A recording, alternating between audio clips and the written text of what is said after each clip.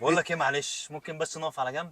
في حاجه؟ لا العربيه سخنت بس. سخنت هي العربيه يعني؟ اه معلش نقف بس على جنب بس ثواني. بسرعه بالله عليك. لا لا على طول.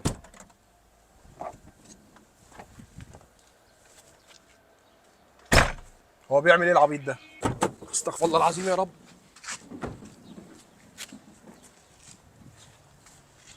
في إيه يا باشا؟ في إيه يا باشا؟ انت بتعمل ايه؟ يا شفت باشا؟ العربيه سخنت؟ مزنوق العربيه اللي بس. سخنت ولا انت اللي سخنت؟ مزنوق بس، طول اليوم قاعد في العربيه بس. يا عم انا مالي. يعني بص معلش أنا افتح لي تعبان بس الشنطه. وعندي السكر معلش ولازم. كده افتح لي الشنطه.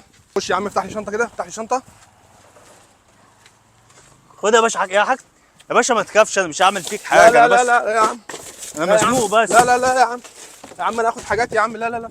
بصوا يا جماعه، بصوا يا جماعه، الحيوان بتاع اوبر بيقول لي العربيه سخنت يا وطلع ان عم هو اللي والله سخن. كنت عايز اخش لا الحمام لا لا لا بس. انا مال، انا مال، انا بصوا عشان بس ايه شاهدين عليه. يعني انت عشان انا بتصورني كمان؟ انا من الاخر، اوعى يا عم. انا من الاخر اوعى يا عم. هطلع مع عمرو اديب، هطلع مع عمرو اديب. بصوا بتاع اوبر